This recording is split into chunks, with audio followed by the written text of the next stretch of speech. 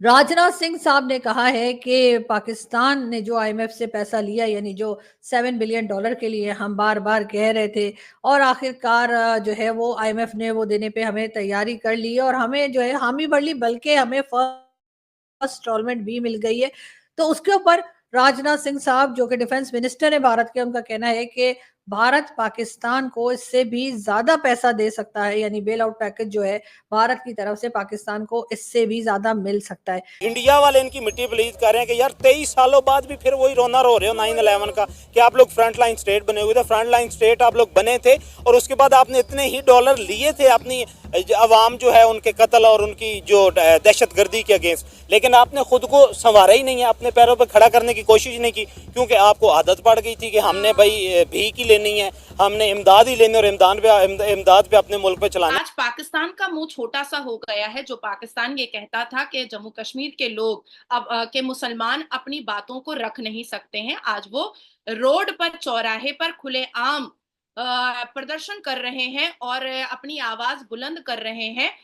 Nasrallah Hezbollah के मौत पर मातम कर रहे हैं और उनको ना कोई पुलिस लाठी मार रही है और ना ही उनके ऊपर कोई चार्जेस बैठ रहे। तो सर देर किस बात की है, अकाउंट नंबर भेजूं क्या? लेकिन बात सारी ये है कि राजनाथ सिंह साहब का ये भी कहना है कि जी बहुत पैसा भारत के पास है और कश्मीर में भी उन्होंने इन्वेस्टमेंट की बात की। साथ साथ दोस्तों, जैसा कि आप जानते हैं कि पाकिस्तान के हालात इस समय दिन ब दिन बदतर होते नजर आ रहे हैं और लगातार पाकिस्तान आईएमएफ के लोन के चक्कर में पिसता हुआ चला जा रहा है और अभी हाल ही में उसको आईएमएफ से थोड़ा बहुत कर्जा मिल चुका है, लेकिन इतने अमाउंट से इनका कुछ होने वाला नहीं है, ना ही इनके देश में कोई सुधार होने वाला है। बस थोड़ा बहुत इनका काम चल रहा है, किसी तरह से चल क्या रहा है, रेंग रहा है, आप ये भी कह सकते हैं। और इसके बाद में यदि कोई इस पर कोई तंज कर देता है या फिर ये कह देता है कि पाकिस्तान का हाल बुरा है, तो इन लोगों को बहुत ही बुरा लग जाता है और बहुत ही इनको गुस्सा आता है ऐसे लोगों पर। और खासकर जब भारत से कोई बात निकलती हो इस तरह की भारत इनकी मदद कर सकता है, भारत चाहे तो इनको कहां से कहां पहुंचा सकता है, तो इनको लग जाती है मिर्ची। क्योंकि इनका आपने देखा होगा शुरू से कहना था कि घास की रोटी खाएंगे लेकिन कश्मीर को लेकर रहेंगे, तो क्या करेंगे। तो लेकिन अब हाल इनका इस तरह से होगा कि घास की रोटी भी इनको नसीब होती नजर नहीं आ रही है। और इसी चीज को लेकर राजनाथ सिंह ने एक बयान दिया, जिसके बाद में इनकी मीडिया को मिर्ची भी लगी और कुछ मीडिया वाले तो इनके लालच में भी पड़ गए कि हाँ हमें ही पैसा मिल जाता। क्योंकि राजनाथ सिंह ने कहा अपने बयान में कि हम आईएमएफ से भी ज्यादा रुपया पाकिस्तान को दे सकते हैं, लेकिन अगर इनके अंदर कुछ सुधार आने की गुंजाइश हो या सुधार लाना चाहते हो अपने अंदर, तो हम इनकी मदद कर सकते हैं कभी ना कभी, लेकिन उसके लिए इनको सुधरने की बहुत सख्त जरूरत है। अब इस पर पाकिस्तानी मीडिया ने अपना ज्ञान बांटना चालू कर दिया और भारत को नसीहत देने लगे। कुछ लोग पैसा मांगने लगे तो कुछ लोग क्या करने लगे, तो कुछ लोग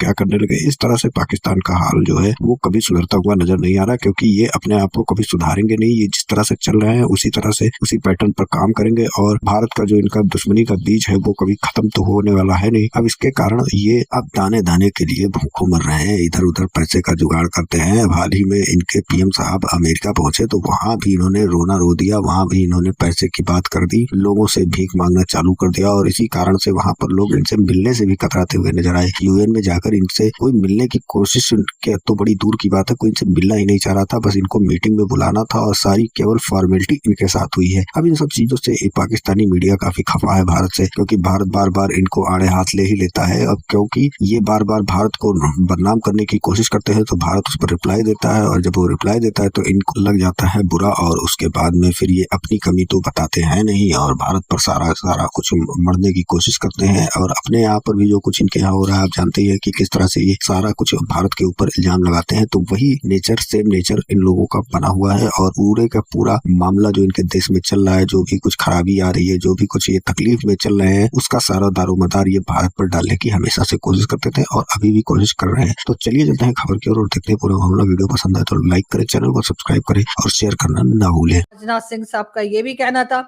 कि जी जाहिर है कि कोई भी अपने नेबर्स जो है वो नहीं बदले जा सकते। ये बात भी बिल्कुल ठीक है और ये बात तो हम कब से कह रहे हैं कि ना तो भारत अपनी जमीन उठाकर कहीं यूरोप में या अमेरिका ले जा सकता है और ना ही पाकिस्तान ले जा सकता है। दुनिया हंस रही है, सही हंस रही है। वो इसलिए कि हमें बाहर जाके उससे पैसे मांगने की क्या जरूरत थी, उससे जाके बात करनी चाहिए थी। देखो भाई, हमारे मुल्क में जो दहशतगर्दी हुई है, हम जो दहशतगर्दी की लपेट में आए हैं, हमारे मुल्क में जो बमबारी हुई है, जो सिस्टम हमारे साथ हुए हैं, वो आप लोगों की वजह से हुए हैं।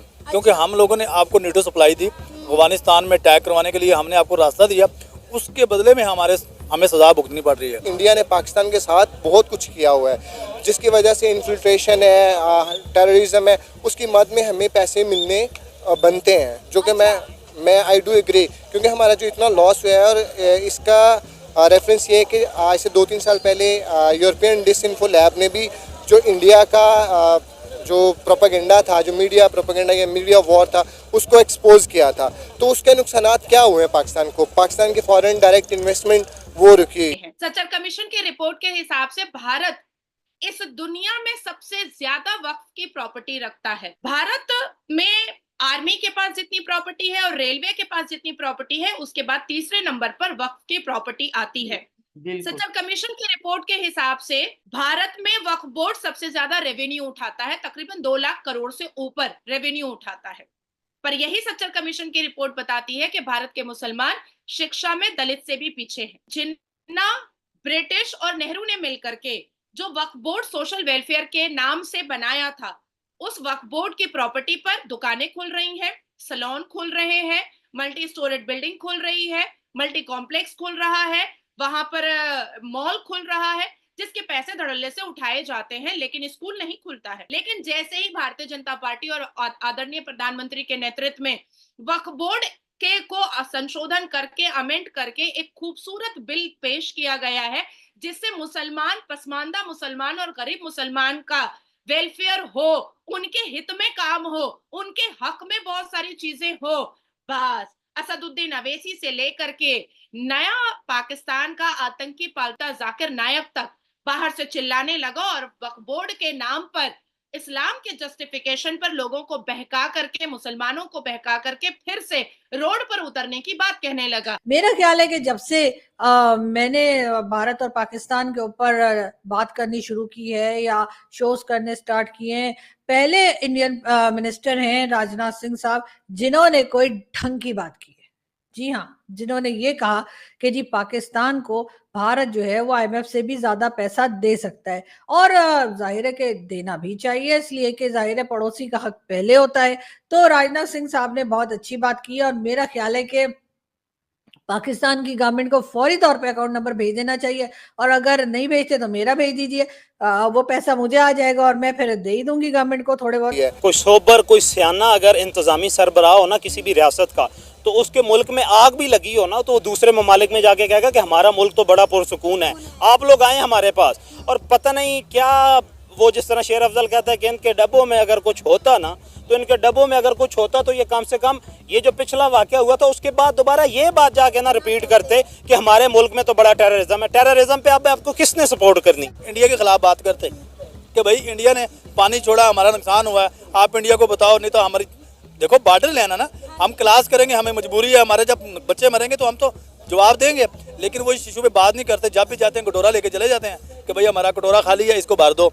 जब भर लेते हैं वापसी आके वो हमसे वसूल कर लेते हैं कि भाई हम आपसे निकालेंगे बत्ती के बिलों में, पानी के बिलों। लेकिन बात सारी ये कि राजनाथ सिंह साहब ने ऐसा क्यों कहा, यकीनन वो ये सोचते हैं कि वही सारी शर्तें होंगी, वही सारी कंडीशंस होंगी जो भारत हमेशा से कहता रहा है कि जी हमारे यहाँ से जो है वो जो क्रॉस बॉर्डर टेररिज्म है उसके ऊपर उन्होंने बात की होगी। उसके बाद उन्होंने ये कहा कि जी ये जो लोग आपको पता है बगैर वीजा के जाते रहते हैं कश्मीर के जरिए भारत में, उनको रोका जाए। तो सर आप हमें $7 बिलियन छोड़िए, आप $2-3 बिलियन भेज कर तो देखें, यानी $2 से $3 बिलियन आप एक बार पाकिस्तान को देकर तो देखिए। मतलब हम तो किसी को क्या, हम तो किसी चींटी, कौवे, कबूतर किसी को भी नहीं आने देंगे। वो कबूतर से मुझे याद है एक जमाने में आप लोगों ने कबूतर के ऊपर भी इल्जाम लगा दिया था कि जी कबूतर जो है वो भी जासूसी कर रहे हैं, हालांकि वो तो बेचारा इतना प्यारा सा परिंदा होता है, उसने क्या जासूसी करनी है। लेकिन खैर आप एक बार, जैसे मैंने कहा कि राजनाथ सिंह साहब ने कम से कम उस डायरेक्शन में सोचा, तो